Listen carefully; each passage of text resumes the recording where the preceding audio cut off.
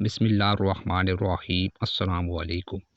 حضرت ابو ہریرہ رضی اللہ تعالیٰ عنہ سے روایت ہے کہ رسول اللہ صلی اللہ علیہ وآلہ وسلم نے فرمایا، قیامت سے پہلے یہ ہوگا کہ رومی لشکر احماق یا دابق میں پڑاؤ کرے گا، پھر مدینہ منورہ سے ایک لشکر رومیوں کے لیے مقابلے کے لیے نکلے گا۔ وہ لشکر زمین والوں سے بہترین لشکر ہوگا، جنگی صلاحیتوں کے اعتبار سے یا تقویٰ کے اعتبار سے یا دونوں اعتبار سے۔ کہیں گے کہ تم شامی مسلمانوں سے الگ ہو جاؤ، انہوں نے ہمارے مردوں عورتوں کو غلام بنایا ہے، ہم صرف انہی سے جنگ کریں گے۔ مدنی مسلمان کہیں گے، واللہ ہم اپنے بھائیوں کو تمہارے مقابلے کے لیے کبھی اکیلا نہیں چھوڑیں گے۔ پھر دونوں لشکر یعنی مسلمانوں اور عیسائیوں کے درمیان لڑائی ہوگی۔ مسلمانوں کا 1/3 لشکر بھاگ جائے گا، اللہ تعالیٰ ان کی توبہ کبھی قبول نہیں فرمائے گا۔ 1/3 لشکر مارا جائے گا، یہ اللہ تعالیٰ کے ہاں بہترین شہداء کا درجہ پائیں گے۔ 1/3 فتح پائے گا، یہ 1/3 مجاہد کبھی فتنہ میں نہیں پڑیں گے۔ اس فتح کے بعد مسلمانوں کا لشکر استنبول فتح کرے گا۔ یہ لوگ فتح کے بعد اپنی تلواروں کو زیتون کے درختوں سے باندھ کر مال غنیمت تقسیم کر رہے ہوں گے کہ شیطان پکارے گا، تمہارے پیچھے اہل و عیال میں دجال آ گیا ہے۔ چنانچہ مسلمان استنبول سے نکل کر بھاگیں گے، راستے میں معلوم ہوگا کہ یہ خبر تو جھوٹی ہے، لیکن جب شام پہنچیں گے تو دجال ظاہر ہو جائے گا۔ اسے مسلم نے روایت کیا ہے۔ استنبول شہر ہتھیاروں کے بغیر کلمہ تکبیر پڑھنے سے فتح ہوگا۔ حضرت ابو ہریرہ رضی اللہ تعالیٰ عنہ سے روایت ہے کہ نبی کریم صلی اللہ علیہ وآلہ وسلم نے صحابہ کرام سے ارشاد فرمایا، کیا تمہیں وہ شہر معلوم ہے جس کے ایک جانب خشکی اور دوسری جانب سمندر ہے؟ صحابہ کرام نے عرض کیا، ہاں یا رسول اللہ صلی اللہ علیہ وآلہ وسلم معلوم ہے۔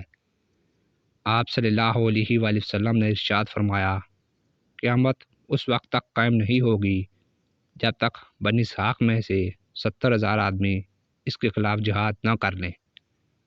جب وہ آئیں گے تو پڑاؤ ڈال دیں گے، لیکن تیر و تفنگ سے لڑائی نہیں کریں گے، بلکہ لا الہ الا اللہ واللہ اکبر کہیں گے تو شہر پناہ کی ایک دیوار گر پڑے گی، پھر دوبارہ لا الہ الا اللہ واللہ اکبر کہیں گے تو دوسری سمت کی دیوار بھی گر جائے گی، پھر تیسری مرتبہ لا الہ الا اللہ واللہ اکبر کہیں گے تو مسلمانوں کے لیے سارا راستہ کھل جائے گا اور وہ شہر میں داخل ہو جائیں گے اور مال غنیمت حاصل کریں گے۔ جب مال غنیمت تقسیم کر رہے ہوں گے تو اچانک ایک پکار سنائی دے گی، دجال نکل آیا۔ مسلمان سب کچھ چھوڑ چھاڑ کر اس کی طرف چل پڑیں گے۔ اسے مسلم نے روایت کیا ہے۔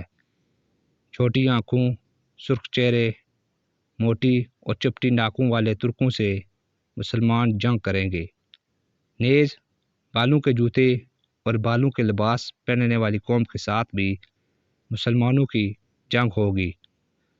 حضرت ابو ہریرہ رضی اللہ تعالیٰ عنہ سے روایت ہے کہ رسول اللہ صلی اللہ علیہ وآلہ وسلم نے فرمایا، قیامت قائم نہیں ہوگی جب تک تم ترکوں سے جنگ نہ کر لو، جن کی آنکھیں چھوٹی، منہ سرخ، ناک موٹی اور پھیلی ہوئی اور چہرے چمڑا دار ڈال کی طرح چوڑے چوڑے ہوں گے، اور قیامت اس وقت تک بھی قائم نہیں ہوگی جب تک تم ان لوگوں سے جنگ نہ کر لو جو بالوں کے جوتے پہنتے ہیں۔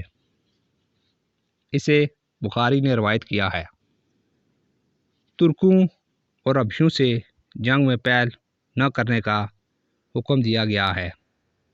صحابہ کرام میں سے ایک صحابی سے روایت ہے کہ نبی اکرم صلی اللہ علیہ وآلہ وسلم نے ارشاد فرمایا، حبشیوں کو چھوڑ دو، یعنی ان سے جنگ نہ کرو جب تک وہ تمہیں چھوڑ دیں اور ترکوں کو چھوڑ دو جب تک وہ تمہیں چھوڑیں۔ اسے ابی داؤد نے روایت کیا ہے۔